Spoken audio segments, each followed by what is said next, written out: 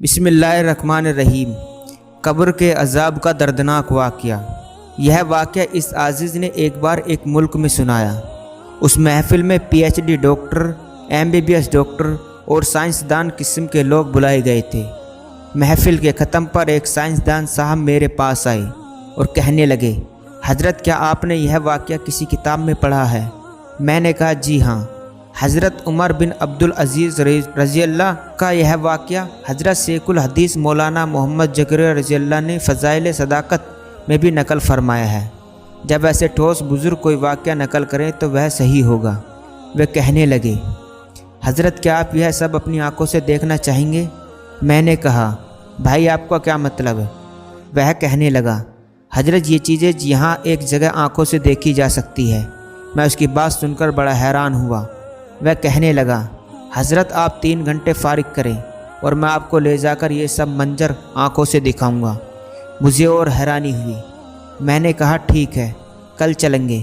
اگلے دن وہ ڈاکٹر صاحب وقت پر ہی آ گئے اور ہمیں ایک میوزیم میں لے گئے۔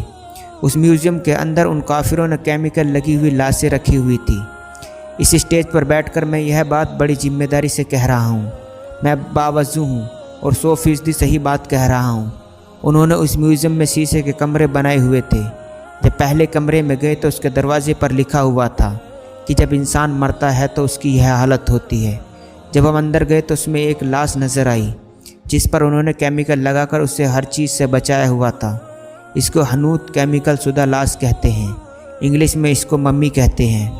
انہوں نے کہا کہ جب کوئی بندہ مرتا ہے تب اس حالت میں ہوتا ہے۔ ہم نے اس کو کیمیکل لگا کر یہاں رکھ دیا ہے۔ ہم اس لاش کو دیکھ کر حیران ہوئے۔ پھر ایک دوسرے کمرے میں لے گیا۔ وہاں ایک پلیٹ پر لکھا ہوا تھا کہ یہ آدمی مرا۔ ہم نے اس کو قبر میں ڈالا اور کچھ دنوں بعد ہم نے قبر کو کھولا اور جس حالت پر ہم نے اس کی لاش کو پایا، ہم نے اسی حالت میں اس پر کیمیکل چھڑک کر یہاں رکھ دیا۔ ہم نے جب اس بندے کو دیکھا تو اس کا باقی شریر جسم ٹھیک تھا، مگر اس کی دونوں آنکھوں کے ڈھیلے لڑک کر اس کے گالوں پر آ چکے تھے اور ان میں کیڑے پڑ چکے تھے۔ معلوم ہوا کہ قبر کے اندر بندے کے جسم میں جو سب سے پہلے تبدیلی آتی ہے وہ یہ ہے کہ آنکھوں کے ڈھیلے لڑک کر گالوں پر آ جاتے ہیں اور اس میں کیڑے پڑ جاتے ہیں۔ جن آنکھوں سے غیر اللہ سے محبت کی نظر سے دیکھتا تھا ان پر سب سے پہلے کیڑے چپٹتے ہیں۔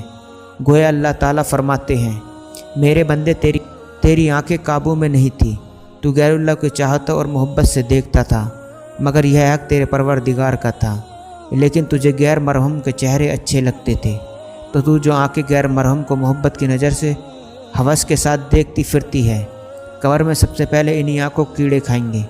اس کے بعد تیسرے کمرے میں گئے۔ اس کمرے میں پڑی ہوئی ایک لاش کی آنکھیں کے ڈھیلے کو بھی کیڑے نے کھا لیا تھا، مگر اب اس کے ہونٹوں کو بھی کیڑے کھا چکے تھے، صرف دانتوں کی بتی سی نظر آ رہی تھی۔ اس کے علاوہ باقی لاش ٹھیک تھی۔ جو دوسری تبدیلی یہ ہے کہ اس کے منہ میں کیڑے پڑ گئے اور کیڑوں نے ہونٹوں کو کھا لیا، جس کی وجہ سے دور سے دانت نظر آ رہے تھے۔ غلط محبت بھری باتیں کرتا، اب دوسرے نمبر پر اس کی زبان کے کیڑوں نے کھا لیا۔ پھر ہم چوتھے کمرے میں گئے۔ ہم نے وہاں بھی دیکھا کہ آنکھوں سے ڈھیلے نکلے ہوئے اور کیڑوں نے اس کو کھا لیا تھا اور زبان کو بھی کیڑوں نے کھا لیا تھا۔ اس کے علاوہ ہم نے دیکھا کہ اس کا پیٹ پیالے کی طرح بھرا ہوا ہے اور اس پیالے کے اندر کیڑے پڑے ہوئے ہیں۔ جس پیٹ میں حرام ڈالتا تھا اس میں کیڑے پڑ چکے تھے اور اسے کھا رہے تھے۔ پھر اگلے کمرے میں دیکھا کیڑوں نے پھیلنا شروع کر دیا تھا۔ آخر ایک ایسے کمرے میں گئے جہاں کیڑوں نے جسم کا پورا گوشت کھا لیا تھا، صرف ہڈیاں موجود تھیں۔ پھر اگلے کمرے میں ہڈیوں کے بوسیدہ ہونے کی حالت کو دیکھا، اور جب ہم آخری کمرے میں پہنچے تو وہاں لکھا ہوا تھا کہ جب ہم نے اس قبر کو کھودا تو صرف ریڑھ کی ہڈی کا اتنا حصہ باقی ملا تھا، باقی سب ہڈی کو بھی کیڑے نے کھا لیا تھا۔ یہ سب معاملات انسان کو قبر کے اندر پیش آتے ہیں، ہماری کتابوں میں لکھا ہوا تھا۔ اور اس ملک کے کافر نے قبر میں جو تبدیلی دیکھی اسے ممی کی ہوئی لاشوں کی صورت میں لوگوں کے لیے نمائش بنایا ہوا تھا، مگر وہ کون سی لاشیں ہوتی ہیں جن کی مٹی اور کیڑے نہیں کھاتے؟